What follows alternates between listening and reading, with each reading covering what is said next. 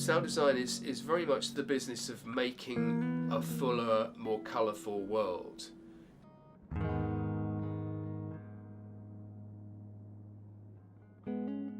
Sound, for those of us who have the gift of hearing, is a means of creating a world beyond the world you are seeing on the screen. It latches into the emotions. It uses the side door to engage the optic nerve. One word, it's called passion. If you don't have passion, don't do it, because you'll be working ridiculous hours, you won't get paid much. But if you love what you're doing, and I did. Maybe it's just me, but I find if someone's really passionate about something, I find that quite infectious, and I don't find it all that difficult to get really enthused about a project if the people I'm surrounded by and are working with are equally as enthused. That's really nice to be around.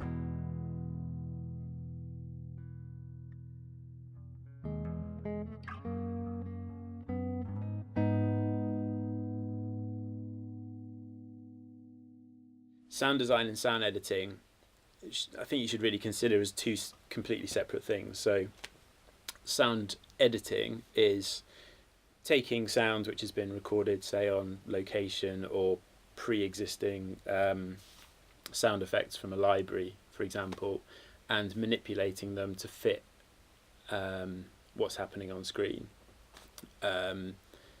Sound design is very much more, I would say, to do with creating sounds and creating worlds which don't already exist.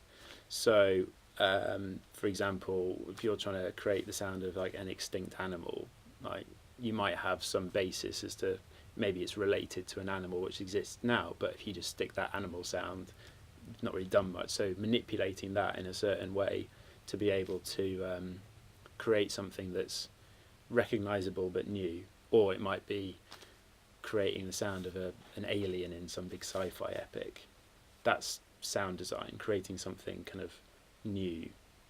Whereas, yeah, sound editing, taking stuff and making it fit what you need it to do.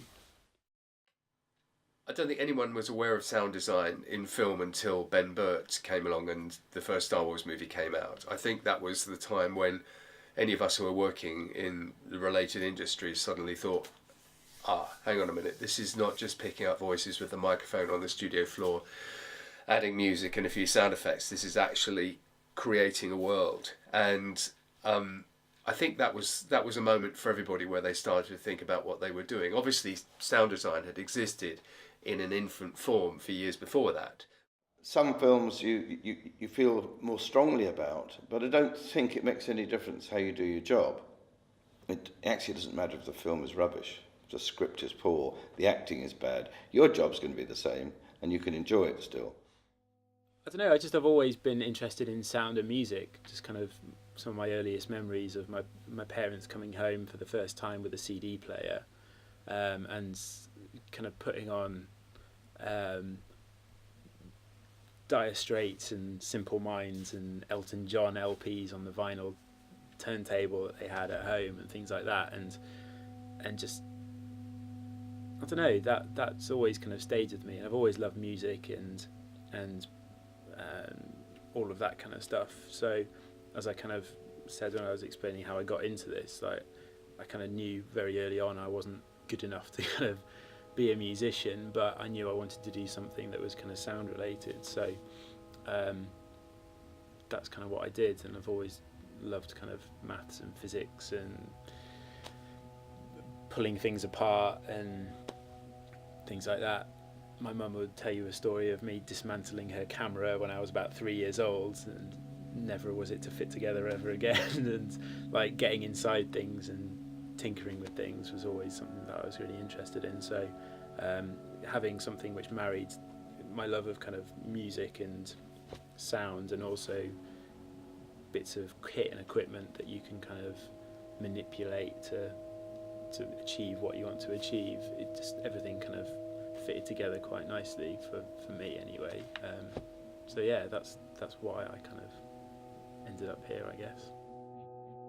We must always assume that the audience are reasonably intelligent, but at the same time we want we should never exclude the audience.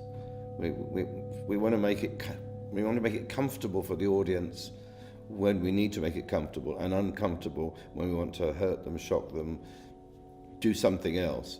But we must never forget that we really aren't doing it for ourselves, although we like to think we are. I never thought in terms of sound design. I was just thinking, how can I tell this story better? How can I make it sound better? What am I listening to?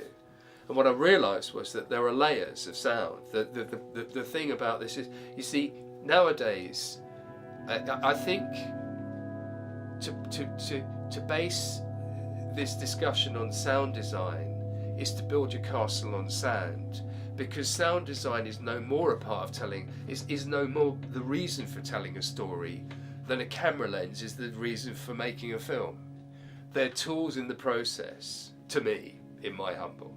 They are tools in the process. What matters is the story. How well can I tell the story, and in what medium am I working, and what resources can I marshal to do that? And that's what it's all about.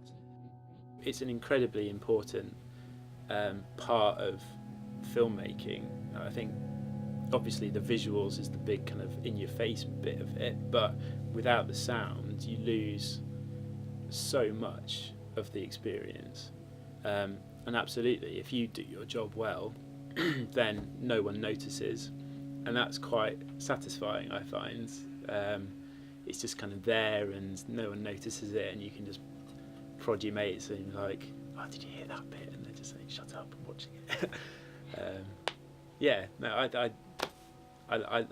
that's a really attractive thing about sound work, I think, is if you've done your job, then it's no one can tell, which is great. You get to hide. Every film has an emotional content. You can often have a relationship with the film, but a film will depend who you're with and where you are. I think Enemy at the Gates was the one film where all that came together, and we was allowed to take an entire crew with all the equipment to Munich, Germany, for 6 months, and with editors and accountants and production office and our director, who was always in his room by 8:30 every morning. There were about 20 of us, and we lived as a community together. We managed to get our director to come to the Irish pub in Munich, and he would bring the composer with him, James Horner, who'd probably never been in a pub in his life before, drinking a nice pint of Guinness and eating fish and chips and so on. But we would go en masse everywhere, and it helped because everybody was helping everybody else. So that was an emotional time which we all talk about still. That's going back 15 years.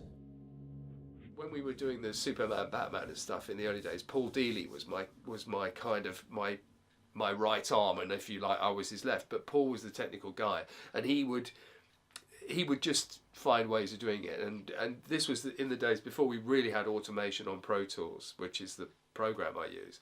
And so for mixing in surround, Paul would mix with all 10 fingers on 10 faders on 10 groups, each of which has another 6 channels under it. And he would sit there and literally play the thing like a piano. And that's magic. I mean, I used to go and have a kip on the sofa at the back of the studio while he did it, because there was nothing I could add to this guy. He was a genius. The only thing was he did tend to fall asleep at 4 a.m. That was a problem. I don't think there's ever been a project which I didn't want to work on. And I'm not saying that just to be diplomatic. I'm saying it because it's true. There's never been anything that I really haven't wanted to work on. But from what you've just said, you're constantly finding new ways to do things and new ways to attack a problem. Whilst you're in the studio at 3 a.m. trying to get a deadline hit, you're probably cursing every name under the sun. But it's the satisfaction of getting to the end of a project and kind of seeing the final product always kind of negates all of that kind of stuff. It's kind of part and parcel of the job. Most of the films that I've done, I could go back and improve. But I think that's the case with every film. And as soon as you finish it, I think you say, actually, what I really wanted to do was this. I don't mean as a concept, but refinement. You learn all the time. Every film you do, you learn something from it. So you might have learned something from a film of last year, which you could have applied to one from 10 years before. You don't have to have much of a budget to create an entire world. And nowadays, and this is the beauty of the modern age, with digital gear, with the sound recording gear, which is the size of a cigarette packet, and you can go out and record broadcast standard sound on that. You don't even have to have a studio to record stuff now. You can go out in the fields, in the forest, in the town. You can tell stories. At the bottom line on all of this, the answer to all these questions, the answer to all sound design is storytelling. Storytelling in capital mile-high letters is really the function of what we do. If it's not telling the story, creating the mood, putting together a world which will suck you in, then you're not doing your job well.